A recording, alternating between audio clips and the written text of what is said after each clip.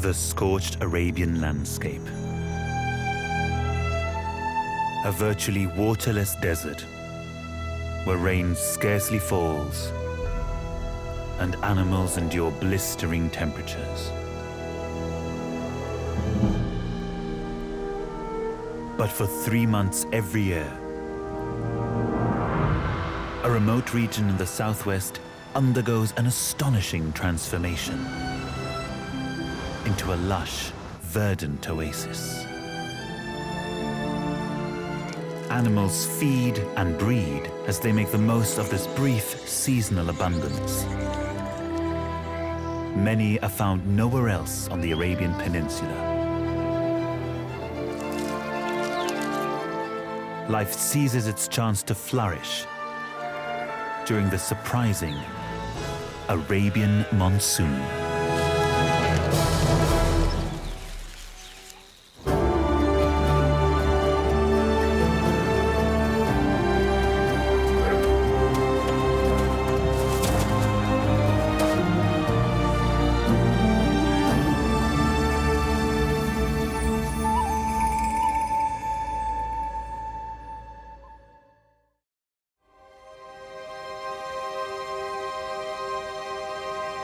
It's June in the Sultanate of Oman.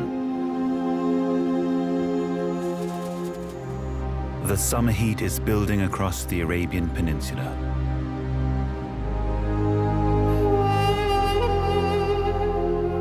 Temperatures here can exceed 123 degrees Fahrenheit. Survival is a battle.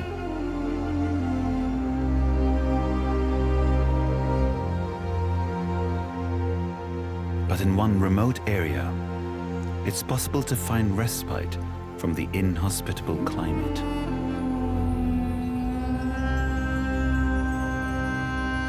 On the southern coast of Oman, close to the Yemen border, the Dhofar mountain range divides the vast inland desert from the coast.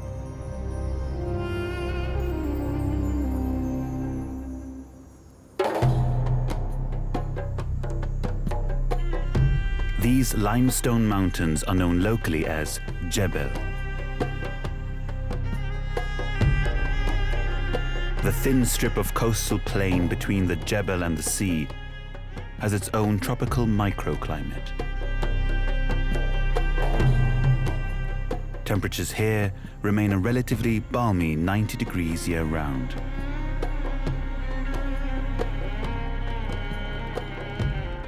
In the middle of June, the land here is still dry, dusty, and barren. But some residents don't seem to mind.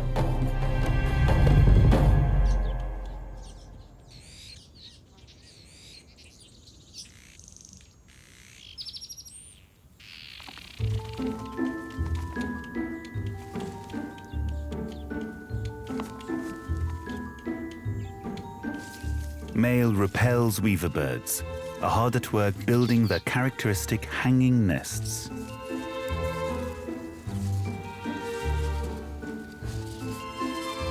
Weavers are one of the world's most dexterous nest builders, constructing elaborate homes made of grass, twigs, and reeds.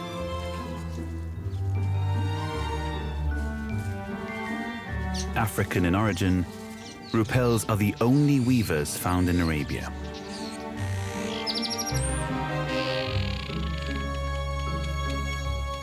Males develop a bright yellow breeding plumage to help them attract the less colorful females.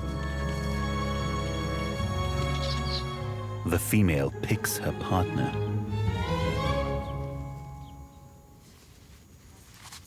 She judges a male by the quality of his build.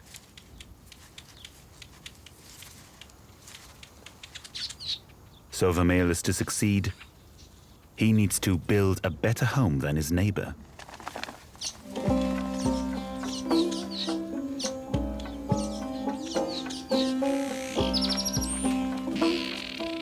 Stage 1. Establish a firm, knotted foundation at the end of a branch. Weavers are the only birds in the world known to tie knots. Stage 2. Tie on long streamers of grass or reed, ready to create the basic shape.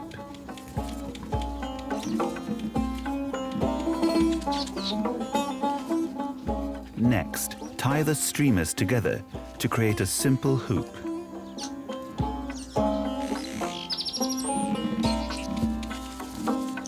This male is making solid progress. His structural hoop is complete. Now he builds up the walls, weaving the grasses in and around the main frame.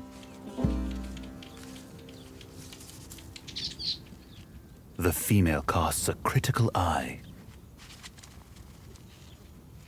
The nest needs to protect future chicks from the rain that is coming. Small leaves are handy for filling gaps. His nifty beakwork catches the eye of the female. Or maybe she was checking out his neighbor.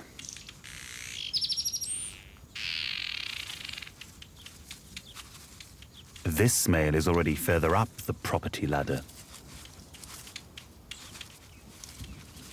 His dexterity demonstrates experience.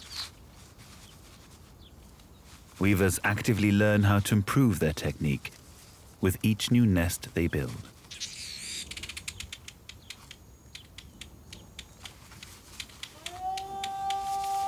The neighbor has a nicer place now. But there's time. She's not moving in anywhere until she sees the finished pad.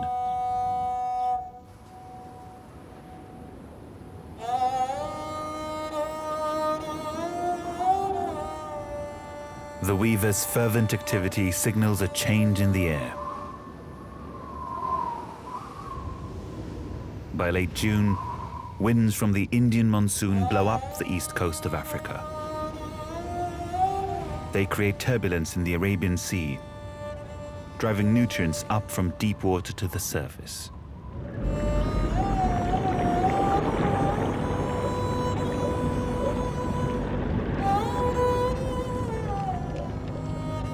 This vital cold water upwelling breathes new life into the coastal waters. Above the waves, it cools the warm monsoon winds, causing clouds to amass over Dhofar's dramatic coast.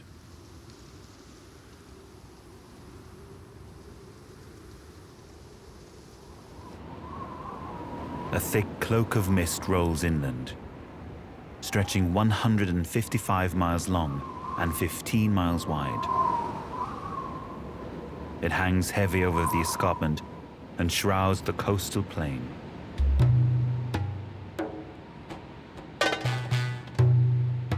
This monsoon is surprisingly different. There are no thunderstorms or sudden downpours, just a heavy mist that only later will turn to rain. The mountains act as a barrier, trapping the new moisture. The landscape soaks it up like a sponge.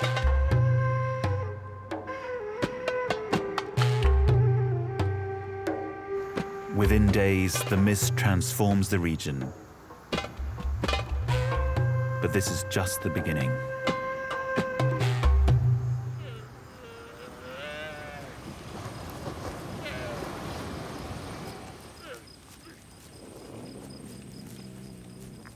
Desert dwellers gather in their thousands.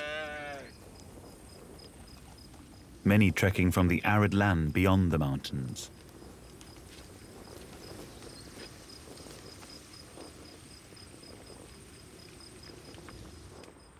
Herds of dromedary camels converge on the landscape as they begin to feast on the bounty of new green riches. Thanks to this seasonal change luring them in, the Dhofar region is the camel-producing capital of Oman.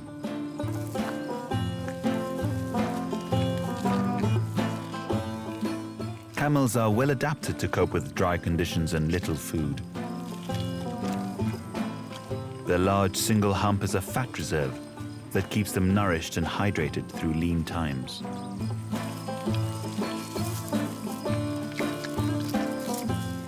The monsoon feast enables them to fatten up and replenish this vital energy reserve.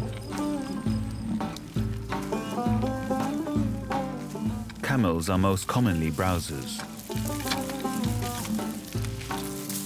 Woody shrubs and other raised vegetation make up 70% of their diet.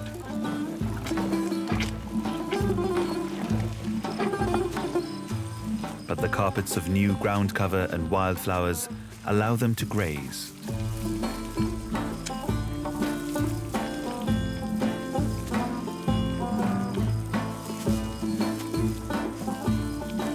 Their thick lips protect them from thorny desert plants and help them pluck the softer vines growing on the ground.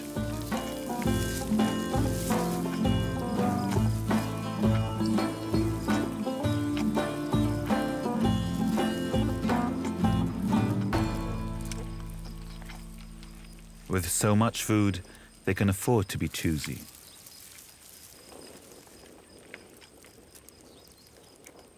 Although they appear to roam freely, these camels are not wild.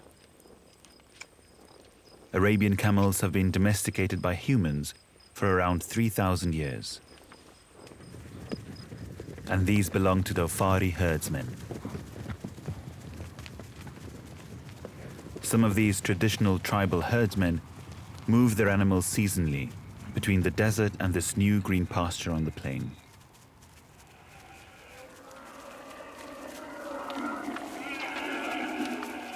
The camels will feed here for the whole summer, roaming with their human tenders across the vast landscape.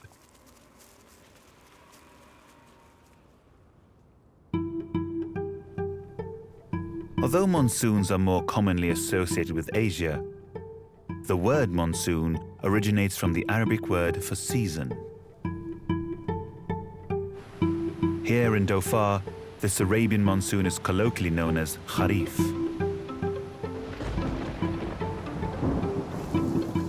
As June turns into July, the shrouding mist develops into rain.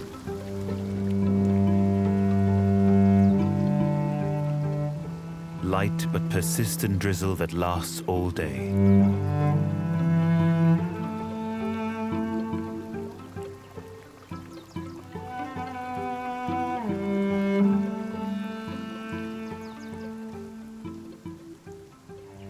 Now that plant life is everywhere, invertebrates come out of hiding.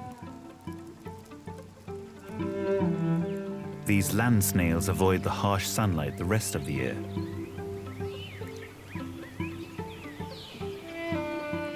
Now they emerge from cover and scale the trees in great clusters to lap up the moisture.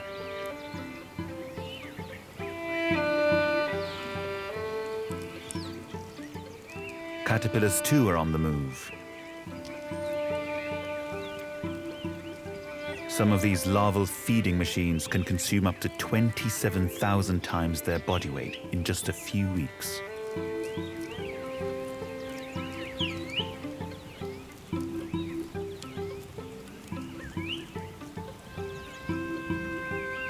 Others are out for a meal too.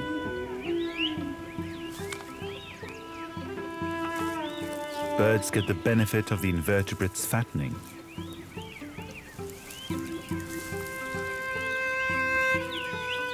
This shining sunbird prefers a sweeter treat.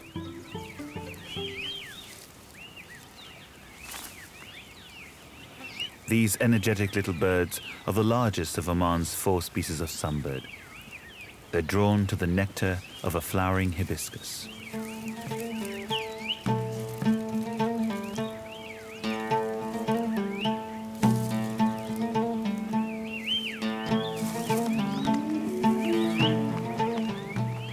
Although they resemble hummingbirds, they lack the flight skills of their unrelated lookalikes.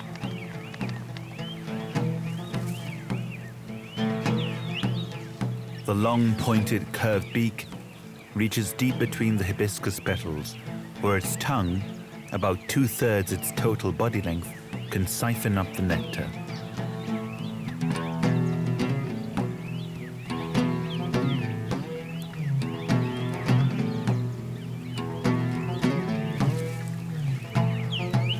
There will be more blooms to come as the monsoon progresses.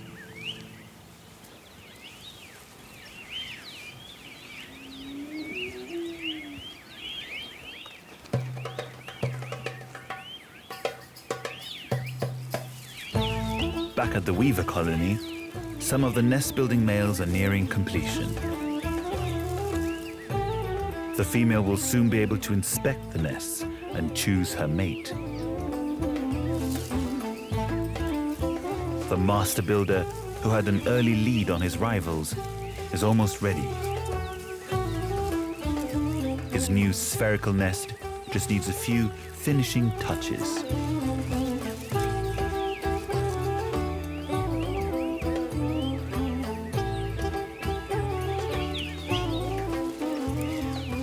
The entrance faces down, allowing easy access for the weavers, but making it difficult for predators to reach.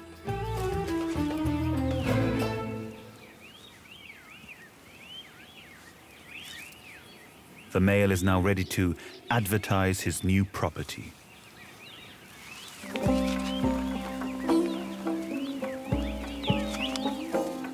Hanging upside down on his doorstep, he flutters his wings to attract the female's attention.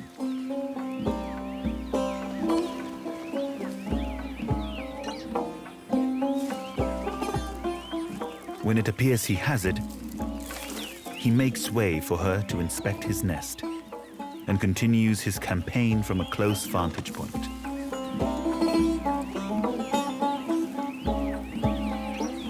But she doesn't accept his invitation. She has options after all. Next door, his neighbor presents a greener alternative. Now the female has two offers.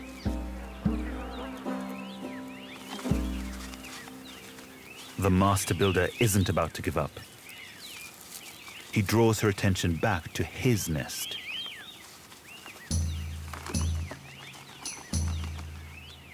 This time, the female takes notice.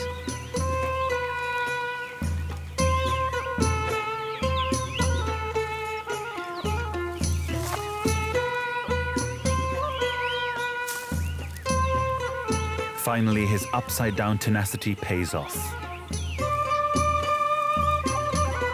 He immediately increases his wing beats to maximize his chances to seal the deal.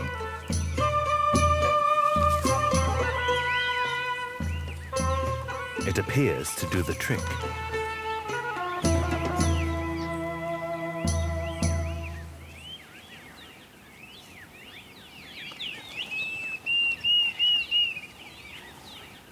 A distinctive call signals trouble for the new couple.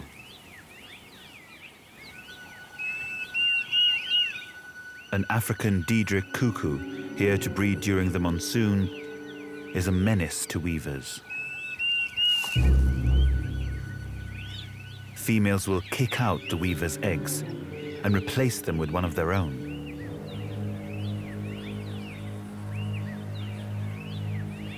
The weavers must stay vigilant to these African seasonal intruders.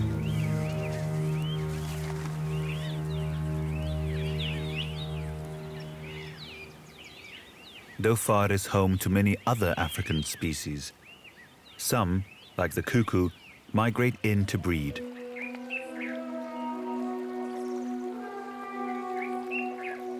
But others have taken up residency.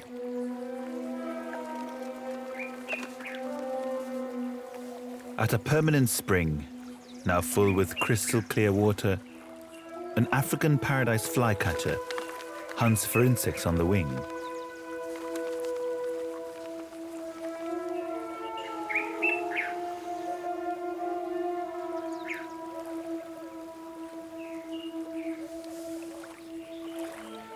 Nearby, a grey-headed kingfisher keeps a silent vigil from its lookout post.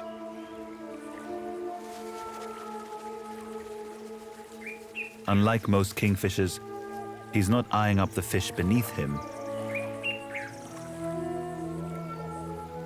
This kingfisher prefers to eat ground insects. But with none yet in sight, he may have to wait a little longer.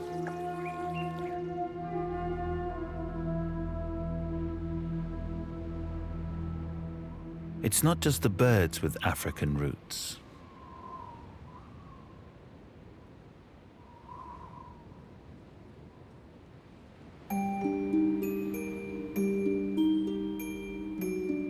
On the steep slopes of the escarpment lives a small and rather elusive mammal.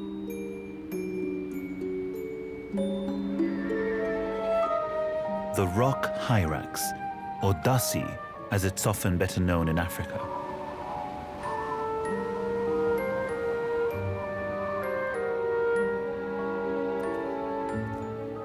In the morning, the hyraxes emerge cautiously from their boulder homes.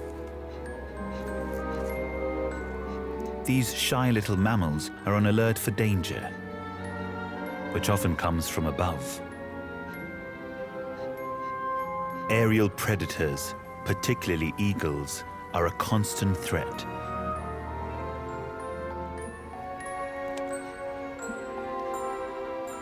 Coast clear, one by one they emerge.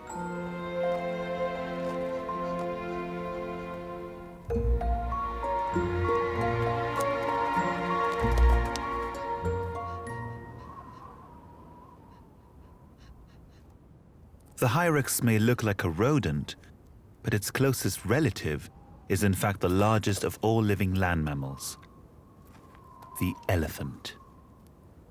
The rather unlikely relatives diverged from a common ancestor which died out around 50 million years ago.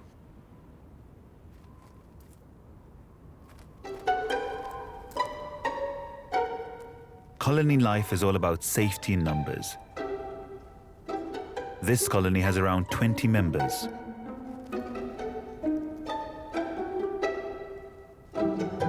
A sentry keeps watch for predators, whilst the rest of the colony relaxes in the sun during a rare break in the mist.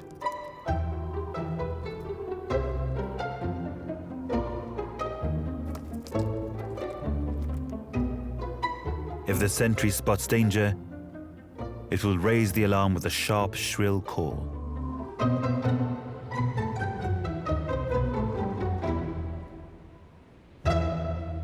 For now, all is well. But for small, meaty mammals, danger is rarely far away.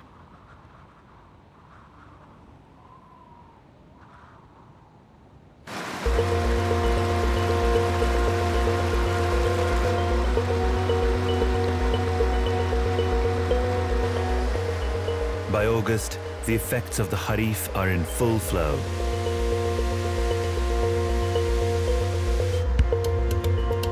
A waterfall in Arabia is an extremely rare sight.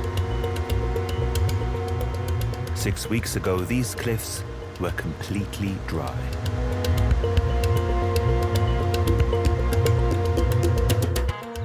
Dhofar gets more rainfall than the rest of Arabia combined.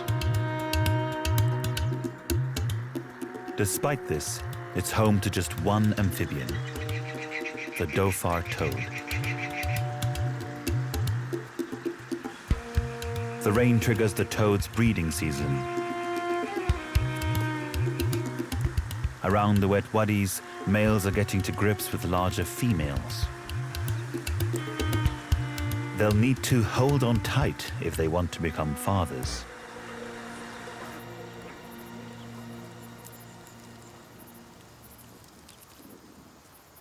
As the rain persists throughout August, the Arabian camels munch their way through the new monsoon menu.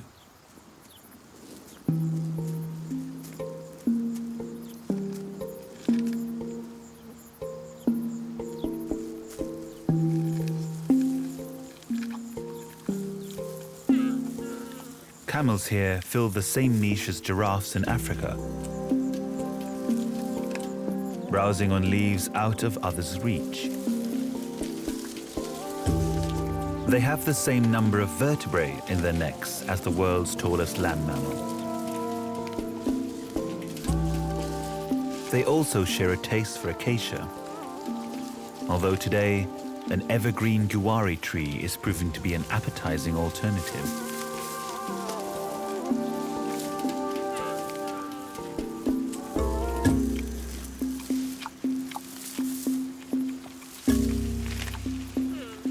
This messy eater moves its bottom jaw sideways to crush the woody branch, but doesn't need to chew it all that well first time round.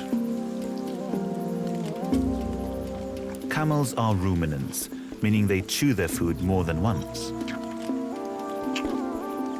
Each mouthful swallowed ferments in one of 3 stomach chambers before the camel regurgitates it as cud to chew again later.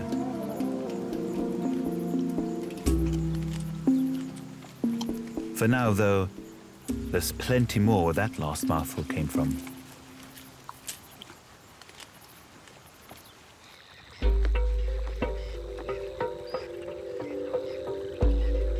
The monsoon brings other unusual offerings for the camels.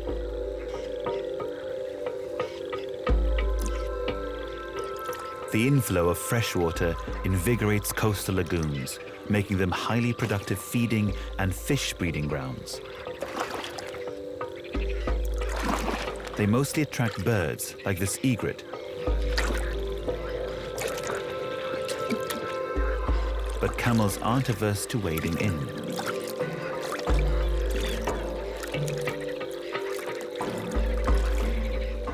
A small herd dines out on an aquatic banquet.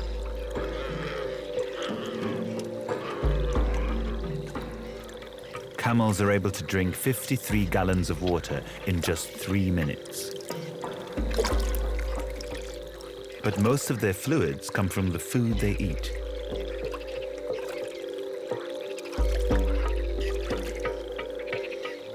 In a land where bodies of fresh water rarely exist, a lagoon like this can feed, cool, and rehydrate a herd.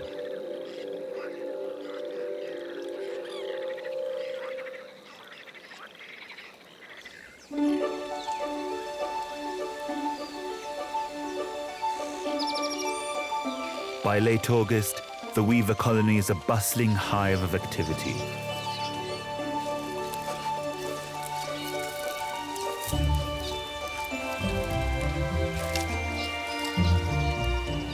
Females are busy feathering nests that have met with their approval and refusing those they don't like.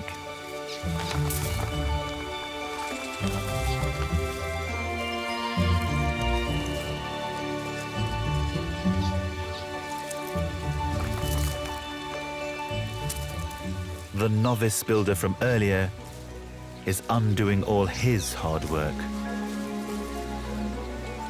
Rejection is never easy.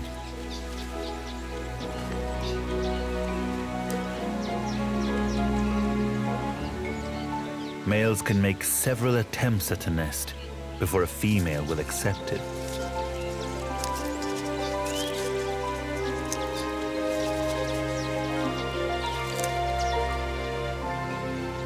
The master builder and his partner have been busy too. Over 2 weeks ago, the female laid her eggs.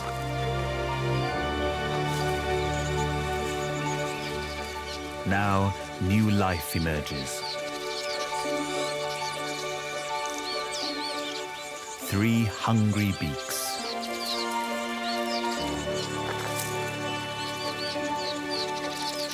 Multiple beaks are good news. They mean there's no parasitical cuckoo chick to raise.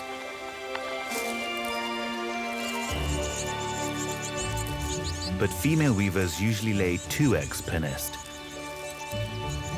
3 just means more work for mum.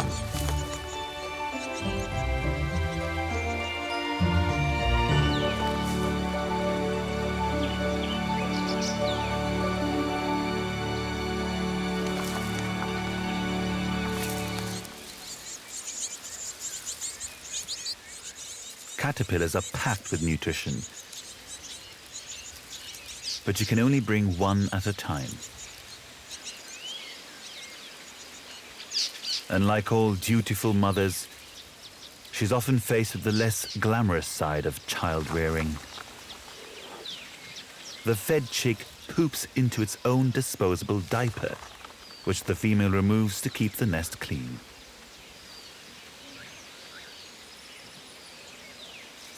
The young weavers will remain in the nest for 18 days. A ready supply of moths and bugs keeps them well fed and growing fast.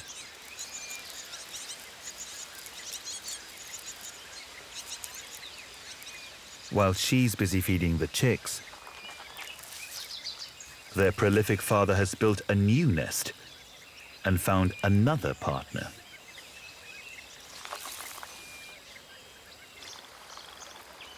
Many weavers are polygamous. Male reptiles can partner up to 3 females at a time.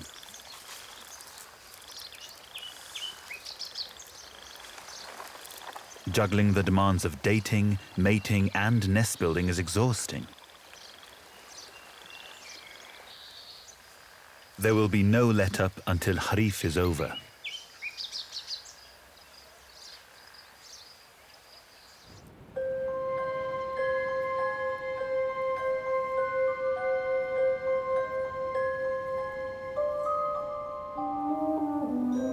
Further up the escarpment, visibility is poor over the hyrax colony. The sentry will find it harder to spot approaching predators while the mist remains.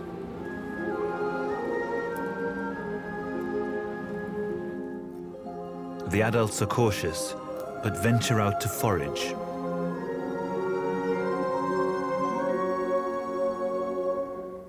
Hyraxes are predominantly grazers, eating grasses and other low-growing vegetation. But the monsoon also brings browsing opportunities.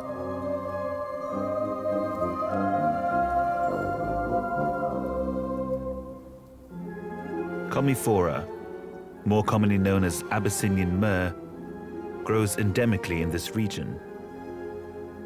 The small leaves are sparse among the spiny branches of the shrub, but provide valuable nutrition to the hyrax. Reaching the leaves, however, requires skill and a bit of daring. This one takes its time to balance. But another has clearly done this before.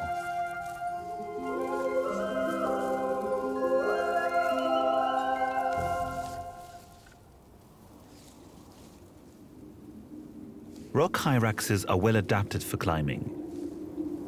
Their clawless feet have a rubbery texture, enabling them to clamber easily among their rocky habitat.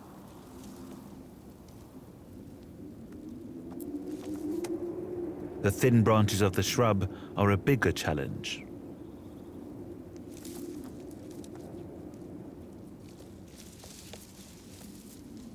Hyraxes feed rapidly.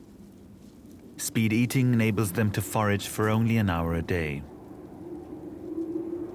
Less time in the open means less likelihood of getting nabbed by a predator.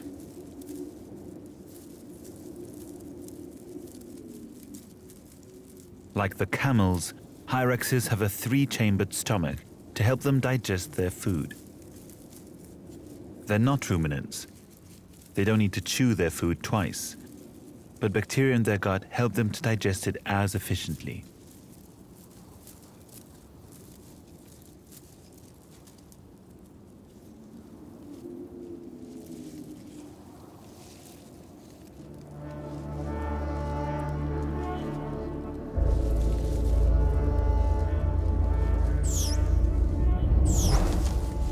An alarm call shatters the peace.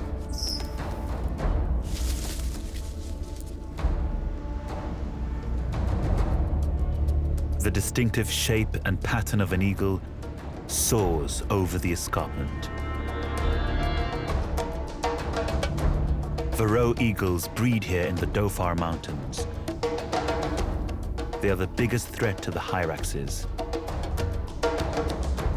This one is not alone.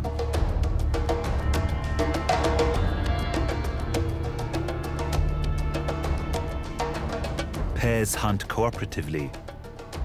One attracts the attention of the hyrax,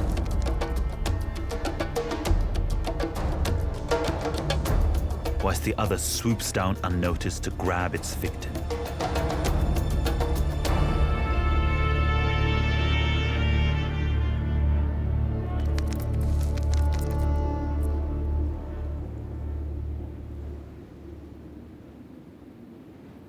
The hyraxes hide amongst the boulders.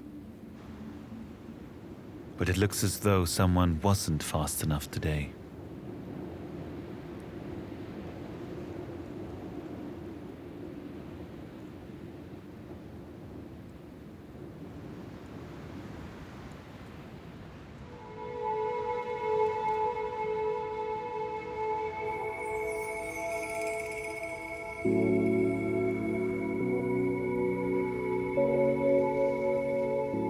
Come September, the monsoon mist begins to clear,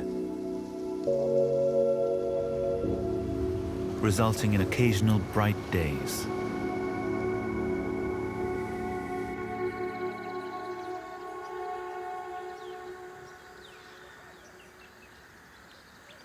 Reptiles tend to keep a low profile during the wet weather, preferring dry conditions.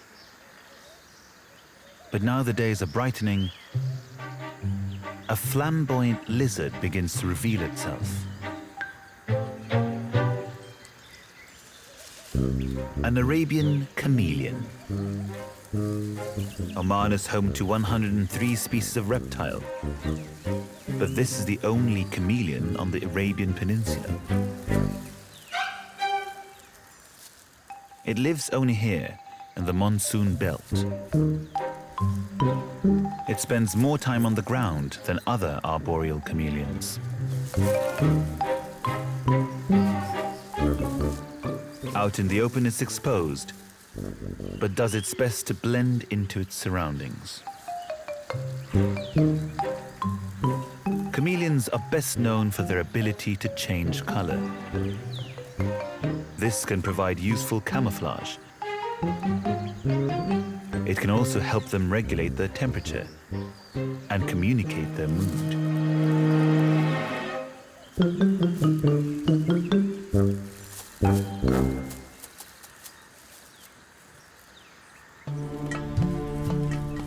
As it moves into cover, it becomes almost invisible.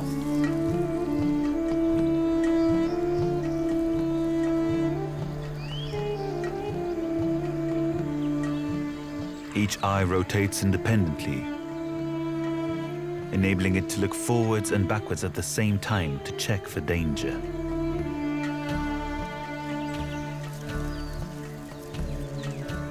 Reaching the safety of a tree, it changes color again.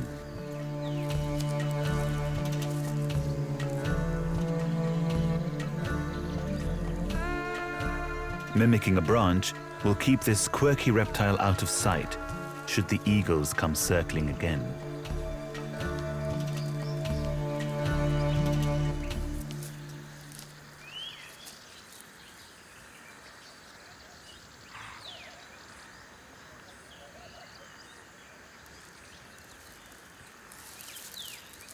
Higher up in a nearby fig tree, a feast is underway.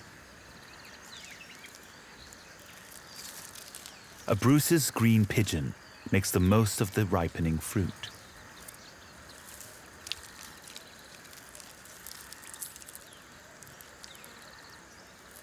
Carotenoids in the figs give this pigeon its bright yellow and green colors. The bird's plumage is at its most striking at this time of year, when the fruit is ripe.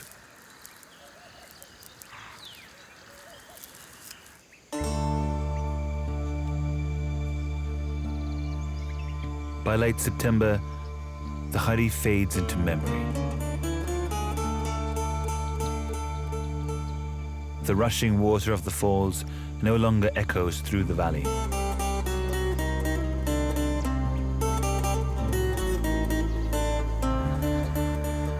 The days become brighter and drier.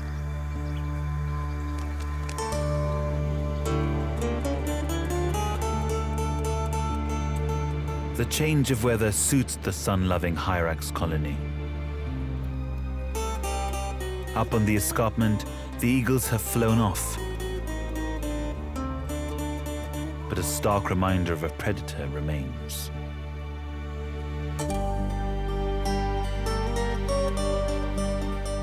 As the sentry takes up its lookout position, the mammals take advantage of the returning sun. Rock hyraxes have poor thermoregulation. Like reptiles, basking in the sun enables them to warm up without using their own energy.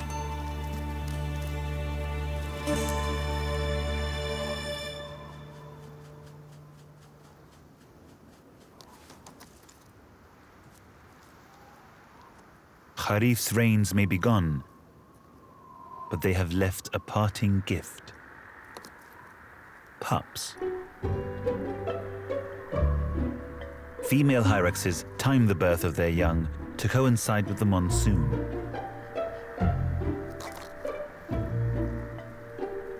The babies have remained hidden in their bolder homes and emerge when food is more plentiful.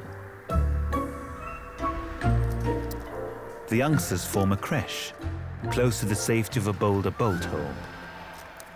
Huddling together is another good way to warm up. Others are starting to find their feet, practicing their rock climbing skills.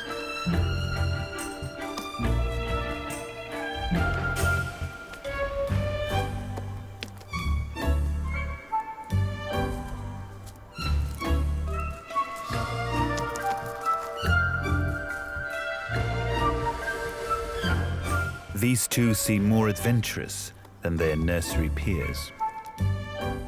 The pair heads up to the myrrh bush, where the adults are feeding.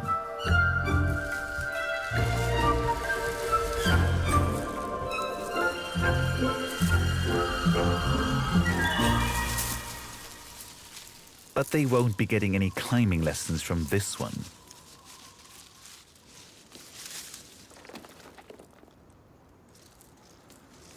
Surely a lighter youngster stands a better chance.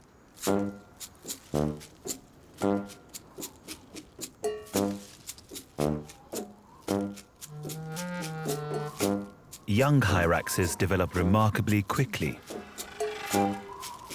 They can run and jump within a few hours of being born.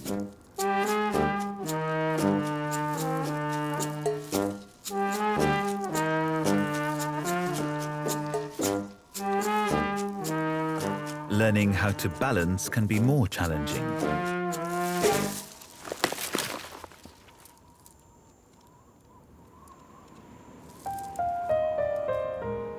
There will inevitably be more hard lessons to learn.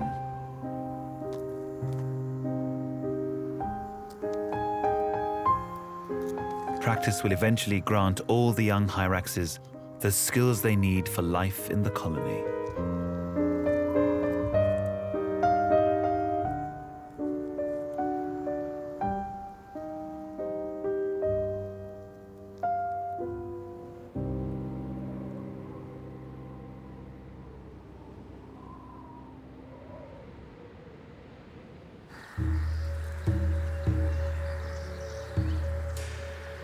As October arrives, many of the nests in the weaver colony are looking a little disheveled.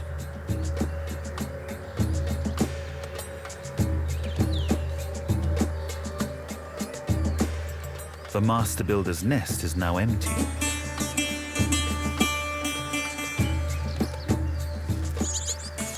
The fledglings remain close by, as does their mother. They're not yet old enough to fend for themselves. They still beg for food from mum.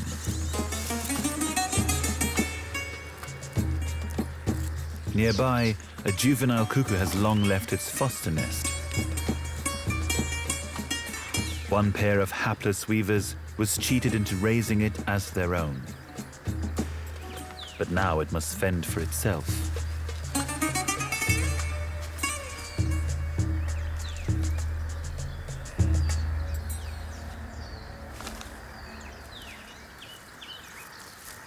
Despite the passing of the rains, the weavers are still breeding.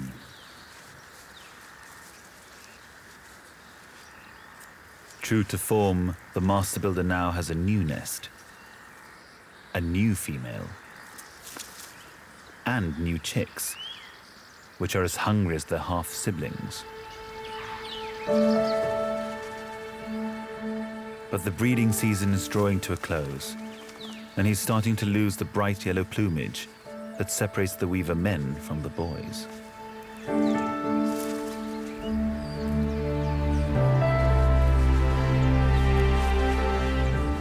His mating colors will return next spring as he attempts to start family life once more.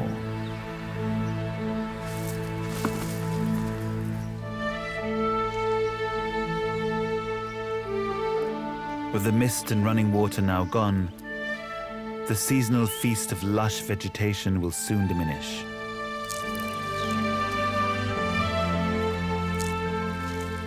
The last of the figs and flowers help build up fat reserves ready for lean times ahead.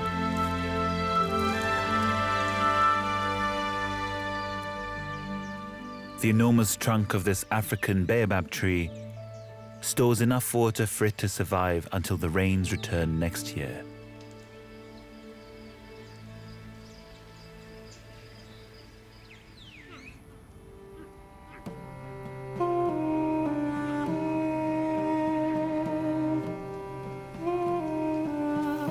As the grasses start to dry up, the dromedary camels begin to move on with their human herders.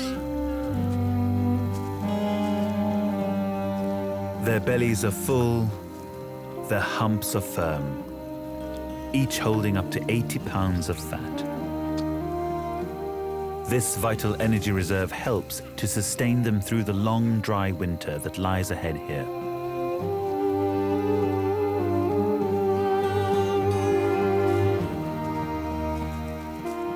For now, the monsoon is over.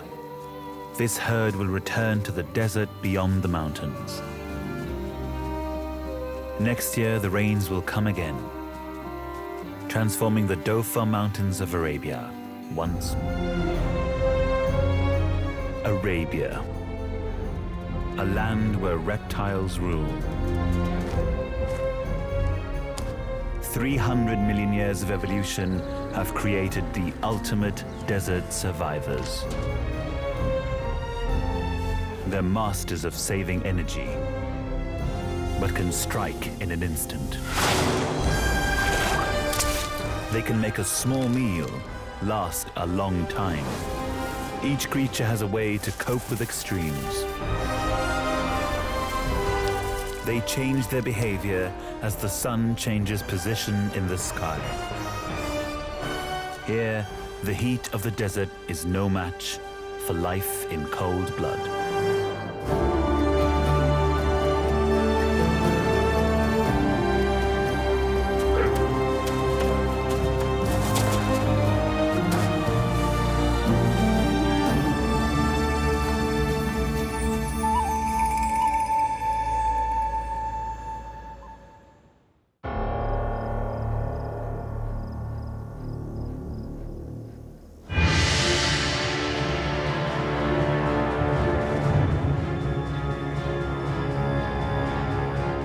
It sometimes feels like mammals rule the world. There are well over 5,000 species, colonizing every corner of the globe.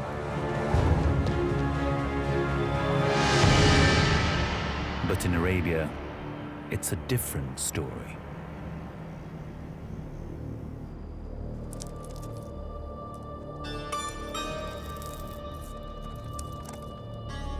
At first light, a nocturnal spiny mouse is having one last forage before returning to his den.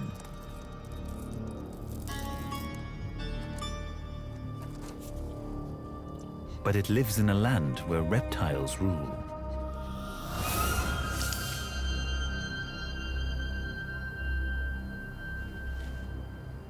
A perfectly honed predator, the Clifford's diadem snake, chooses early morning to hunt.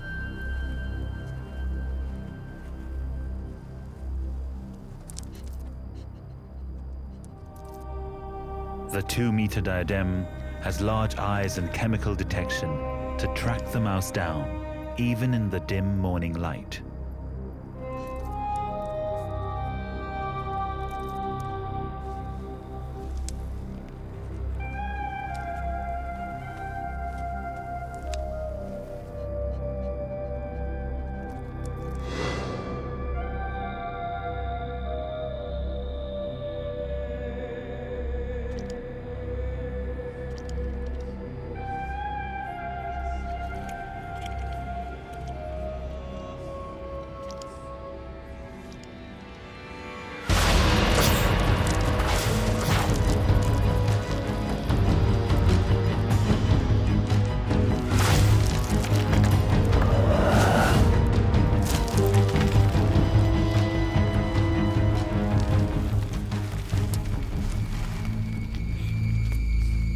tight squeeze is all it takes. Each time the mouse exhales, the embrace tightens.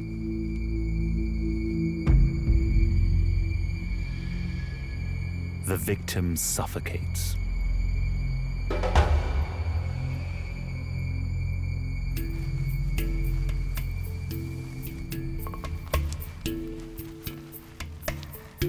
The bones of the diadem's skull are loosely attached with rubbery ligaments, so they can expand and move independently to walk the prey through the jaws. Reptiles are ectotherms and save energy by not heating their bodies internally, like a mammal does. It's one of the secrets of their enduring success.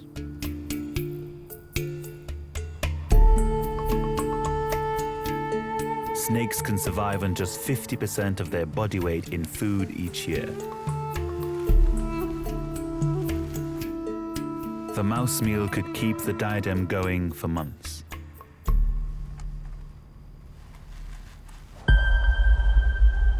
In a land where resources are scarce, cold-blooded creatures have the upper hand.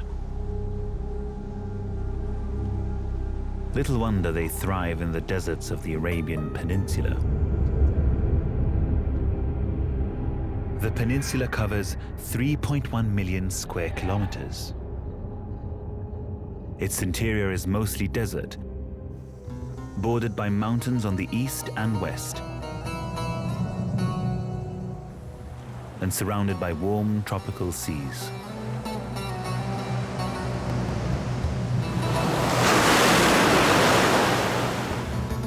Among the mountain ranges, valleys offer cooler conditions where vegetation can grow.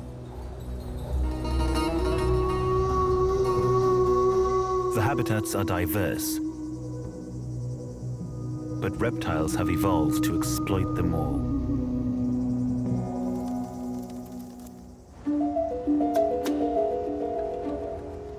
It's 6 a.m. in the hot, dry Arabian interior. The temperature is already 26 degrees Celsius.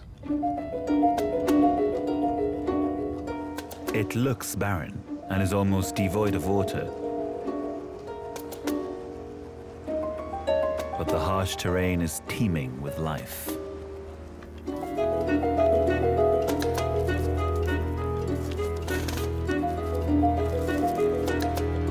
"172 species of reptile live in Arabia.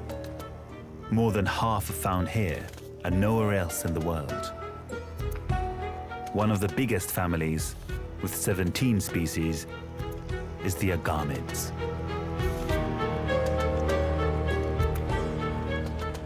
Like all reptiles, they start their day basking in the sun to warm up. Reptiles are like living solar panels, absorbing the sun's heat and using it as an energy source to power their bodies. Being ectotherms, or cold-blooded, doesn't mean reptiles are cold. It means they cannot regulate their temperature internally. Instead, they warm and cool their bodies using the environment around them. The toad-headed agama is specialized in making his living on the rolling sand dunes of the desert.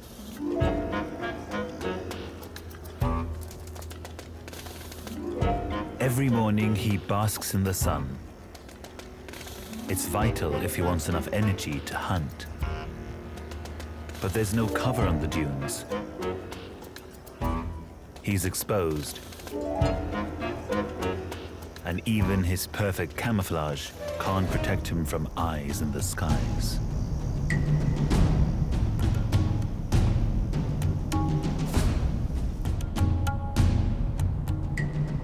The eagle has impeccable vision. It's capable of spotting a desert hare from 3 kilometers away.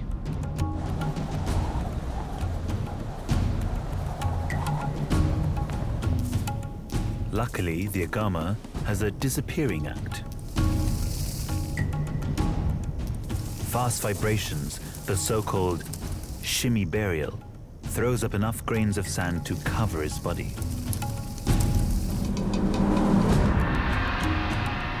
For the little lizard, it's dangerous to be out in the open.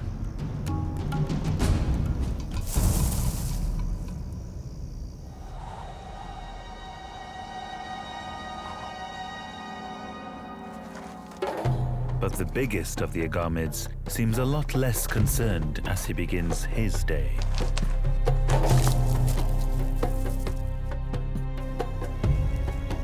At 70 centimeters long, the dhub is the armored tank of the agamid world. He spent the night in a den underground and now joins the sunbathers.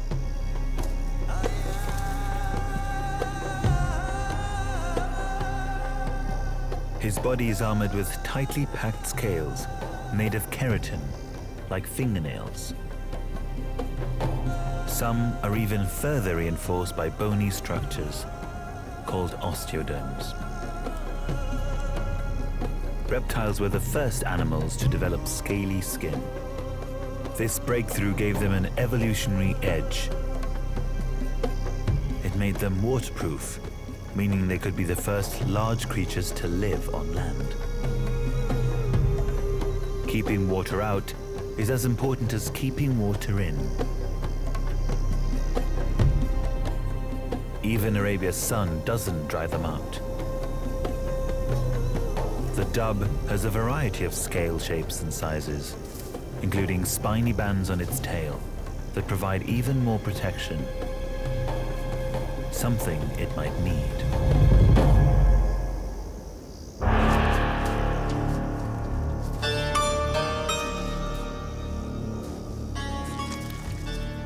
This is a monitor lizard, close cousin of the infamous Komodo dragon and the undisputed king of the sand dunes.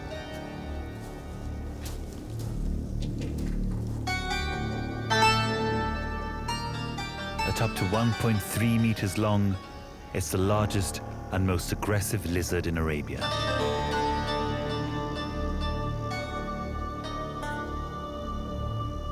But during early mornings, while the sun's still weak, all reptiles are taking things slow.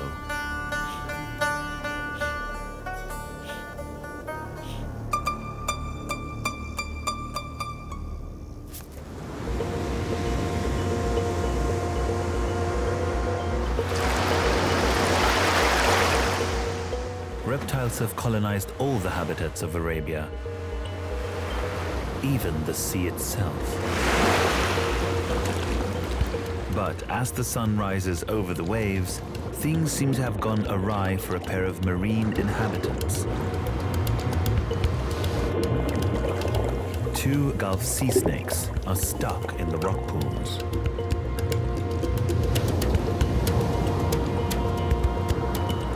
These are among the most venomous animals on Earth, with the power to kill creatures many times their own size.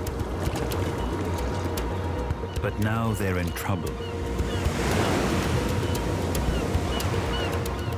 At high tide, they were hunting close to the coast, but the water levels receded.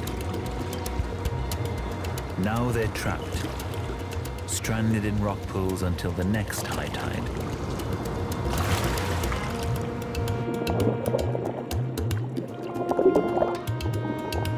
Sea snakes originally evolved on land, but 6 million years of evolution have adapted them to a life beneath the waves.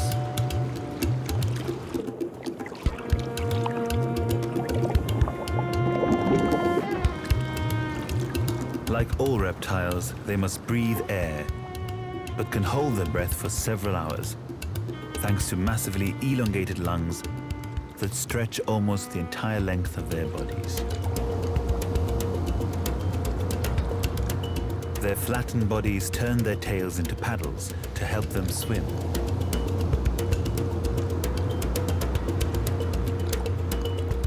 Most snakes have broad scales on their bellies for grip.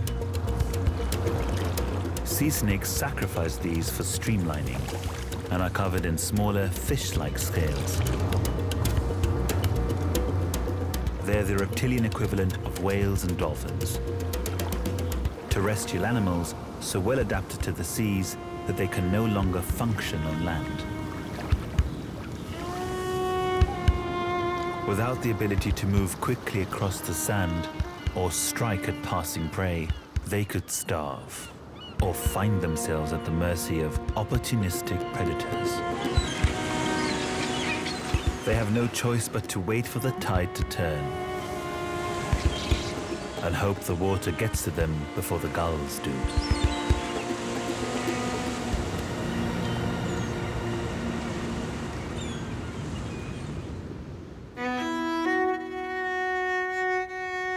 By 9 a.m., it's over 37 degrees. At this temperature, reptiles are in their prime.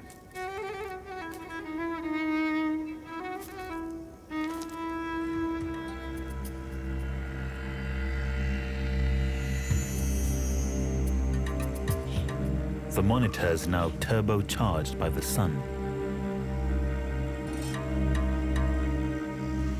As his body temperature increases, so does the efficiency of his senses. As well as excellent hearing and eyesight, his long forked tongue flicks out to collect minute scent particles in the air. Each prong of the fork works independently. It can tell which side the strongest scent is coming from, giving it directional smell.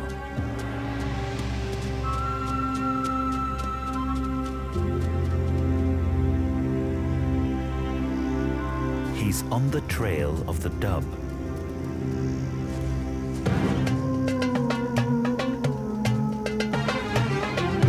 But the dhub sees it coming.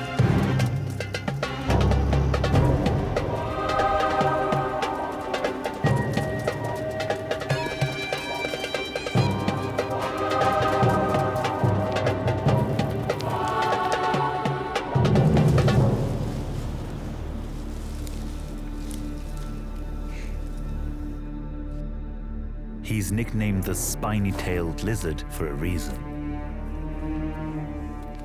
He can inflate his body to wedge himself into the hole, with his tail sideways to lock him in. A spiny barricade that's too much for most predators to bother with.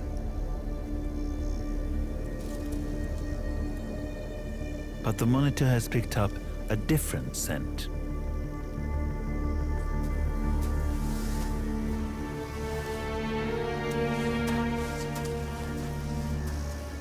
This is a rare find in the desert, an unguarded quail nest.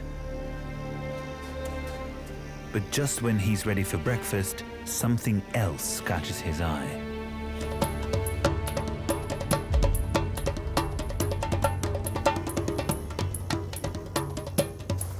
There's only one thing that threatens a monitor lizard,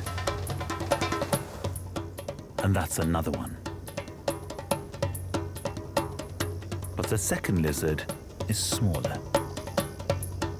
It flattens itself against the dune, hoping to go unnoticed. Monitor lizards are all about personal space and won't hesitate to fight over resources. The eggs can wait.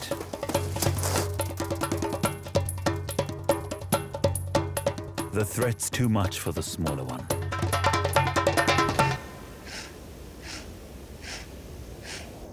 Honor defended, the bigger lizard can go back to breakfast.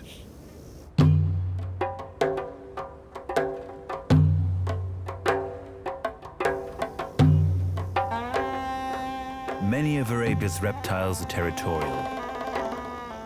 Some literally turn blue at the sight of an intruder. There are no prizes for guessing how the blue-headed agama got its name. The males position themselves on prominent lookouts where they can watch over their territories. They're looking for females. When they spot one, they turn on the charm by doing push-ups until they're blue in the face. The color tones down at other times, but when they breed, they crank it up. Each male tries to intimidate its rivals by looking the fittest and most colorful. Changing skin color is a trick that some agamids share with a peculiar cousin found in the dense vegetation of the southern coast.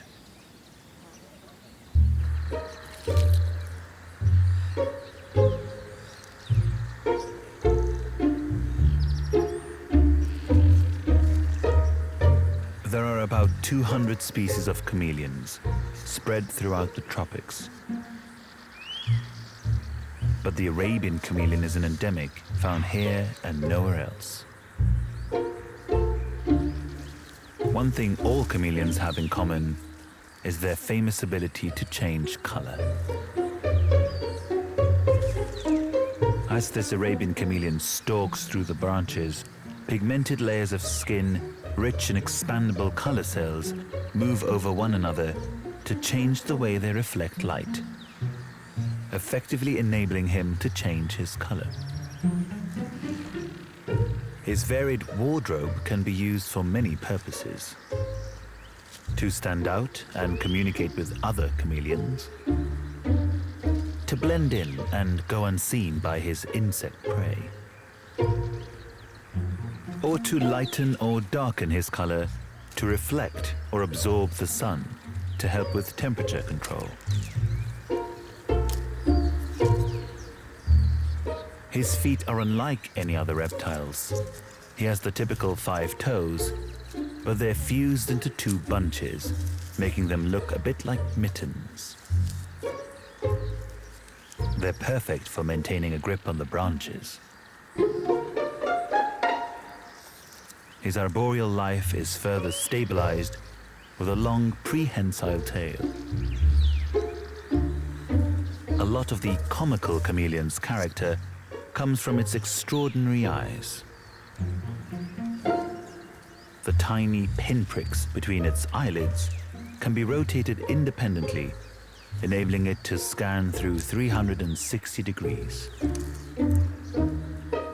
Its brain can interpret the information from each. It's like watching 2 different movies at the same time.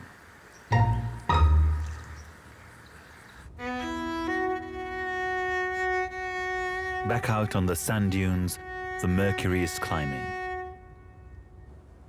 The toad-headed agama lifts himself standing on tiptoes. This allows cooling air to circulate around his body and minimizes contact with the hot sand.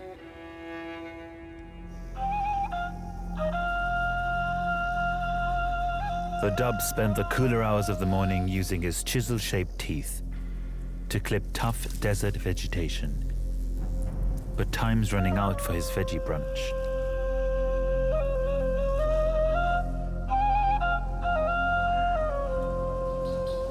By late morning, the air temperature can soar to a scalding 49 degrees.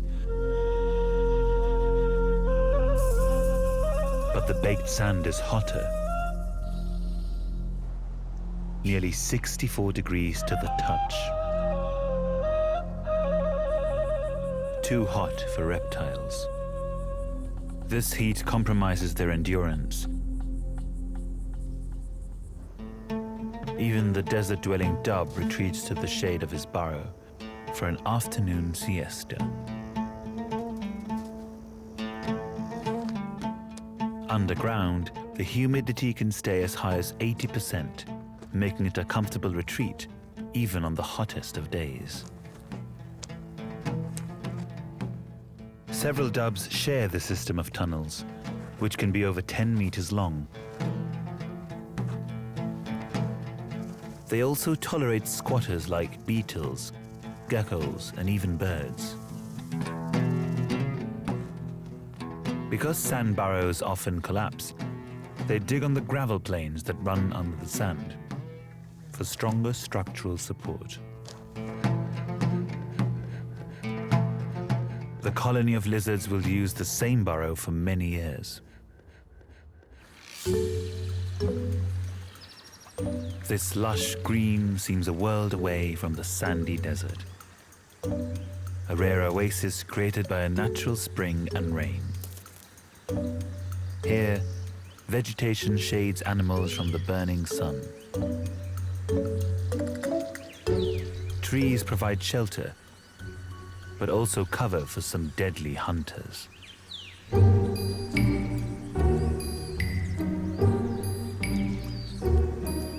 Orb weaver spiders get their name from the circular or spiral shape of their webs. Every morning they build their webs, but they're for one-time use only. The spider will eat the threads at the end of the day and start again tomorrow. It's a 1 meter long, strong, almost invisible trap. The sticky threads will snare any insects that pass too close.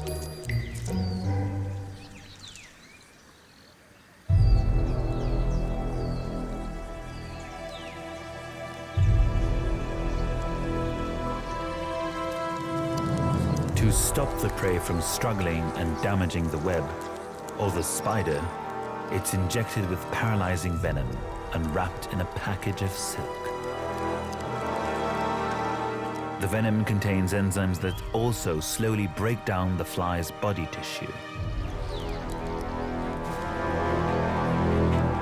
Eventually, the contents will be a nutritious soup that the spider can drink.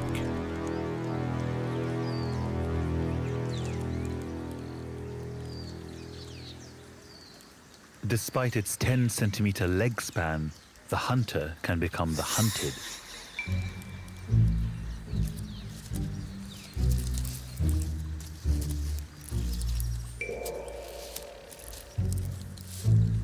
The quirky chameleon is a surprisingly skillful hunter.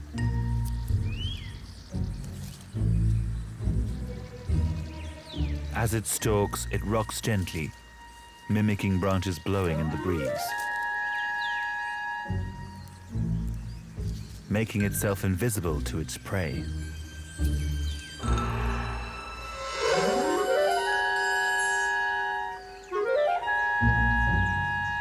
When it spots a potential meal, its wandering eyes both focus forwards for precise depth perception.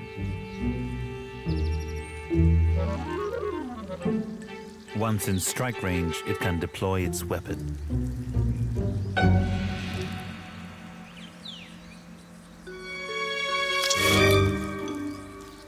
The tongue is twice as long as its body and tipped with a ball of muscle that can turn itself into a big suction cup. When unleashed, it accelerates as fast as a car doing 0 to 100 in 1/100th of a second.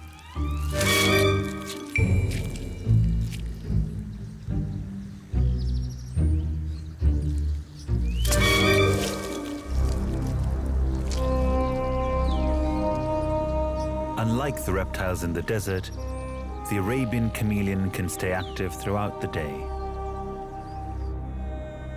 The vegetation here acts as a moisture trap between the mountains and the sea, creating a microclimate that stays at a fairly constant 32 degrees year-round. On the other side of the mountains, it's dry and very hot.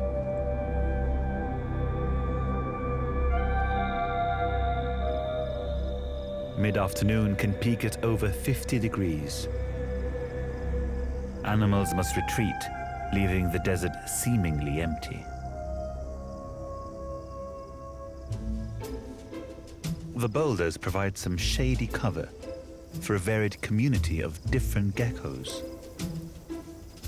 There are 28 species in Arabia, making them the most numerous reptile family. Most geckos have tiny hair-like structures on their toes that act like Velcro, helping them climb steep surfaces. The sticky pads are especially pronounced in the fan-footed gecko.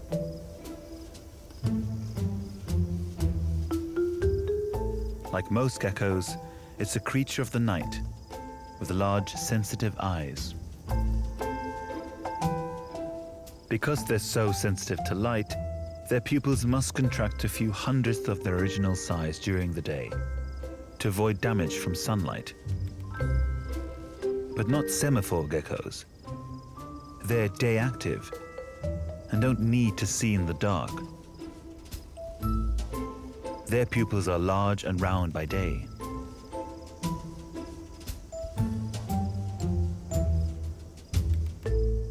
They're called semaphore geckos because unlike other species that communicate with sound, they communicate by waving their tails like flags.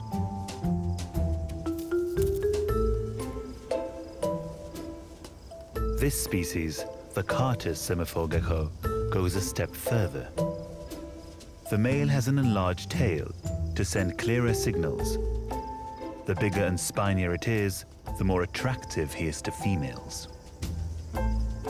With his impressive package, this fella's managed to attract a mate.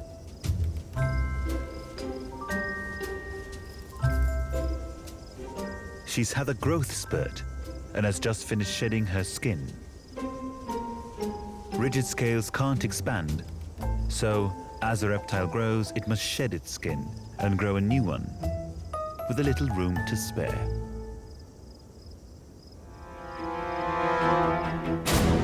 For any small animals that risk daylight activity, there's the threat of aerial attack. When a flock of ravens turns up, it's time to retreat.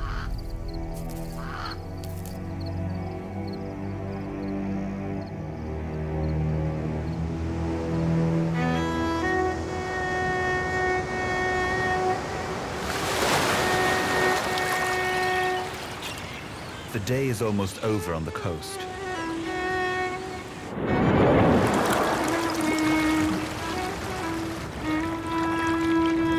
After 12 hours, the tide eventually returns, releasing the sea snakes from their rock pool prisons.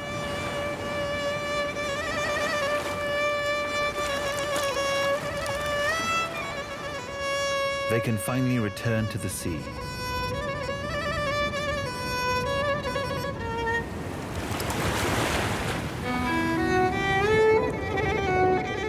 They immediately begin to hunt, exploring the corals and looking for a suitable target.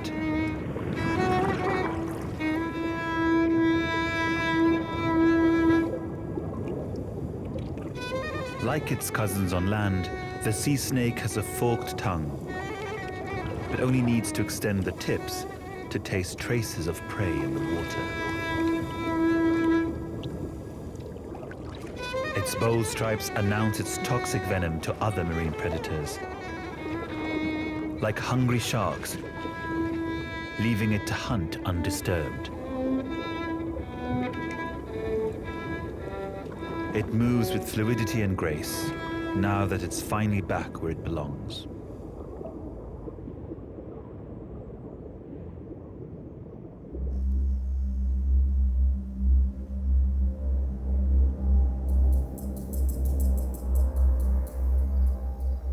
As the day moves on, the temperature slowly drops.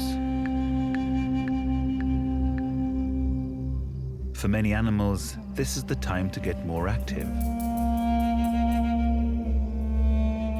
But not for all of them.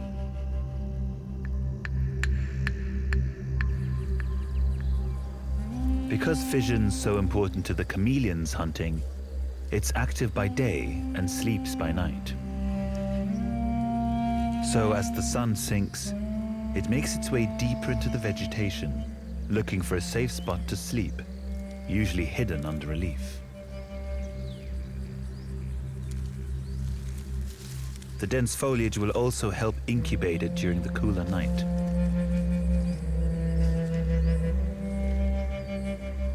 Some chameleons are known cannibals, which is probably why smaller individuals sleep in different parts of the vegetation than the adults, as they try to stay off the big guy's menu.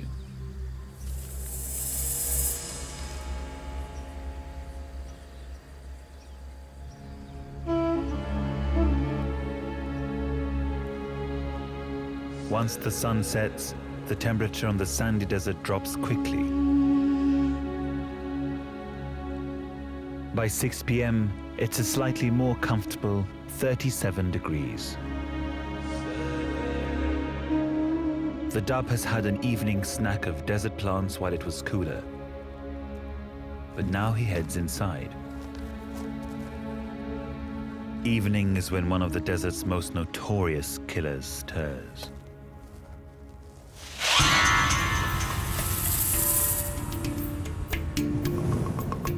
A horned viper, armed with potent venom, is ready to hunt. It seeks out a good hideaway, where it can lie in wait to ambush passing prey.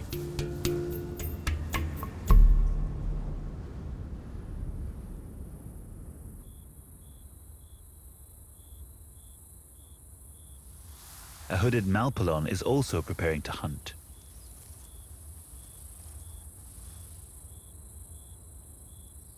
Before it begins its night of prowling, it performs a peculiar ritual, a trait shared with very few other species.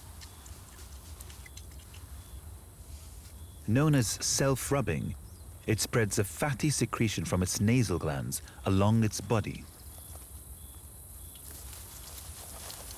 The purpose of this lipid-rich liquid is to seal in moisture so that it's not lost to the warm air. It's a more active predator than the viper and seeks out its victims rather than lying in wait.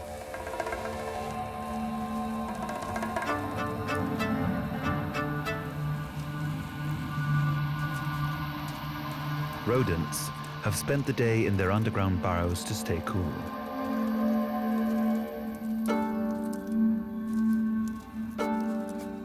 But now it's their time to forage for seeds, grasses, or even insects.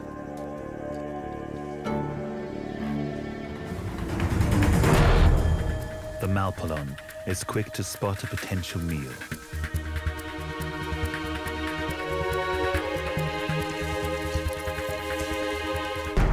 Even well-armed predators can be cautious. They need to pick their victims carefully. From ground level, this gerbil looks pretty big. Like all rodents, it has self-sharpening, chisel-shaped teeth and sharp claws. The snake is only likely to strike if the rodent turns to run, giving the snake a clear shot at its unprotected back.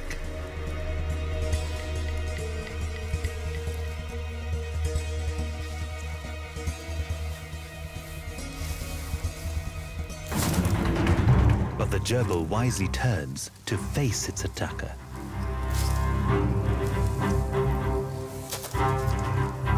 It chooses fight over flight.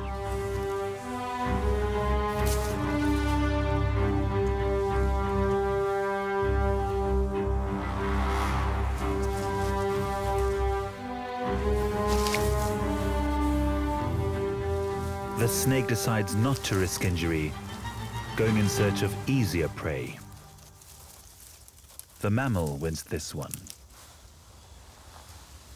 But thanks to the reptile's cold-blooded efficiency, the malpolon can afford to miss a meal.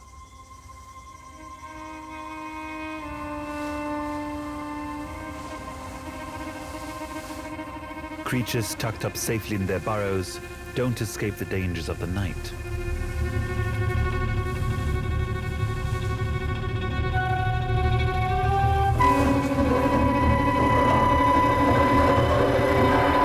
The Arabian sand boa is like a reptilian mole, perfectly shaped for a life of hunting beneath the sand.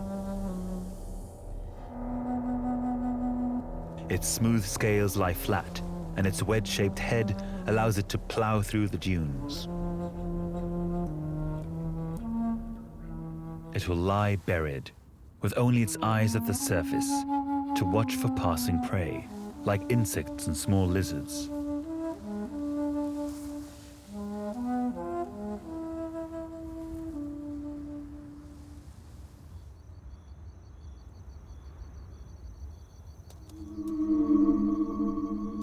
The Persian wonder gecko is an endemic species in Arabia. Like most other geckos, it's nocturnal. With its huge eyes, it can hunt insects by moonlight. Most geckos don't have eyelids and must lick their eyes to keep them clean and free of sand. Most have broad toes for gripping surfaces that they climb. But this desert specialist has replaced the pads with comb-like scales to help it move in the sand. The Persian wonder gecko has only been known to science for 20 years. Little is known about its biology. But we do know that this little lizard is regionally endangered. Habitat loss means it is facing extinction in the wild.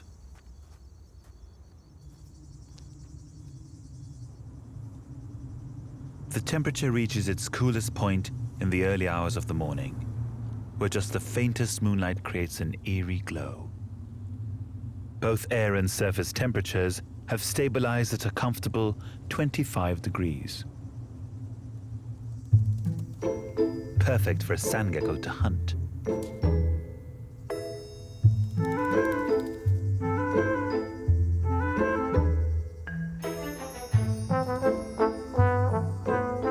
He's on the prowl for insects.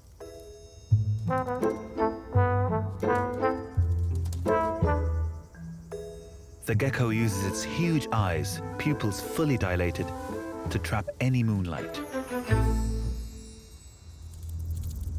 He's not the only hunter on the prowl. The horned viper is also looking for a meal. He hunts by touch. He lacks external ears and can't hear, but the inner ear can detect even the faintest vibrations of prey moving nearby. It knows something is there, but it can't seem to pinpoint it. The gecko has the advantage. It can open its pupils to more than 300 times their smaller size to capture even the weakest light. With its perfect night vision, the gecko can stay one step ahead.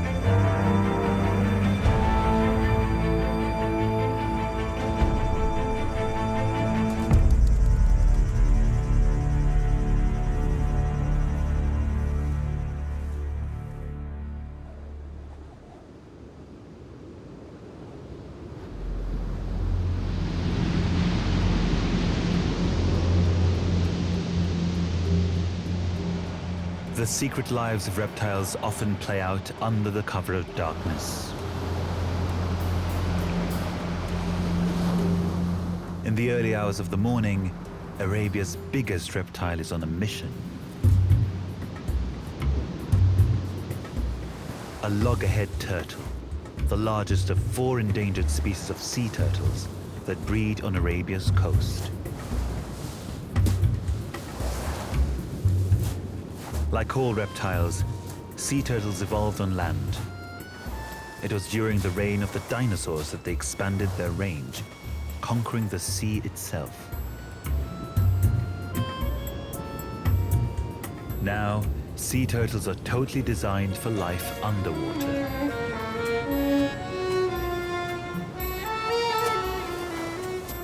But like all reptiles, their eggs must be laid on land.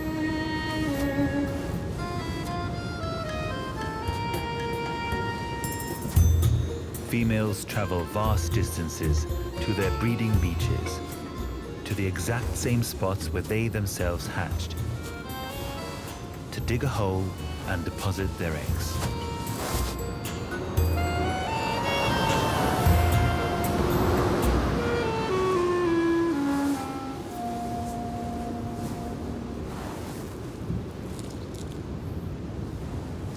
This female's running late. Turtles usually lay during the cooler night and try to be back in the water before sunrise. But she can't go until she completes her task.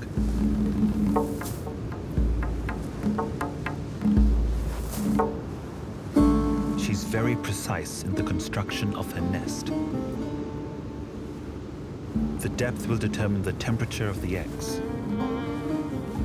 She's aiming for 28 to 32 degrees. If she gets it right, the warmer top half of the nest will produce female hatchlings, and the cooler lower half will produce males. If she gets it wrong, the whole clutch will be one sex.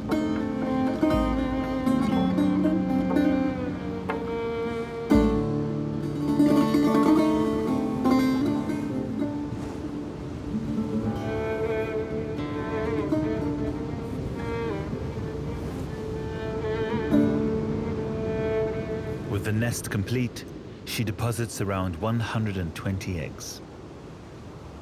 A rubbery tube, called a novipositor, extends from her tail to ensure she puts all her eggs in one basket.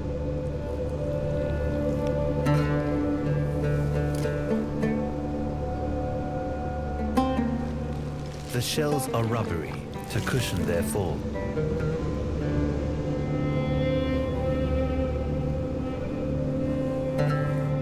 Like most reptiles, she won't play any role in caring for her young.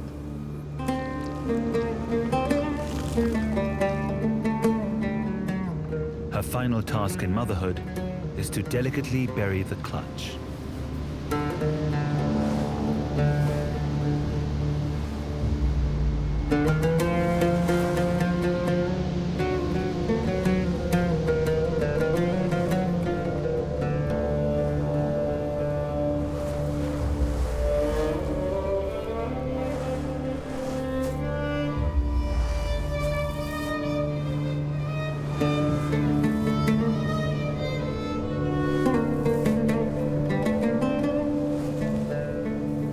The eggs will hatch in 40 days or so,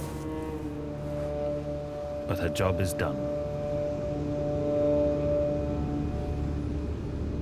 Now she can return to the sea.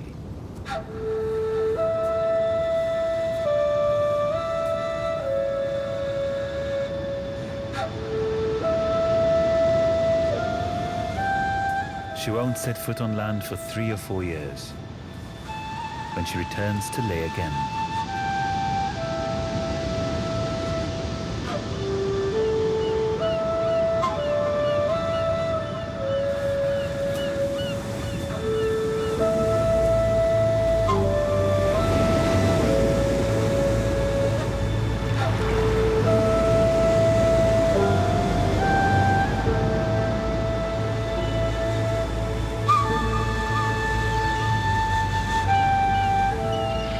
As the sun rises, the next shift from the reptile kingdom emerges. Ready to exploit Arabia's gift, the sun and its life-giving energy. As their ancestors have for millennia, they recharge their batteries, ready to face the challenges of a new day. Here, cold-blooded creatures have the upper hand. A land where reptiles rule.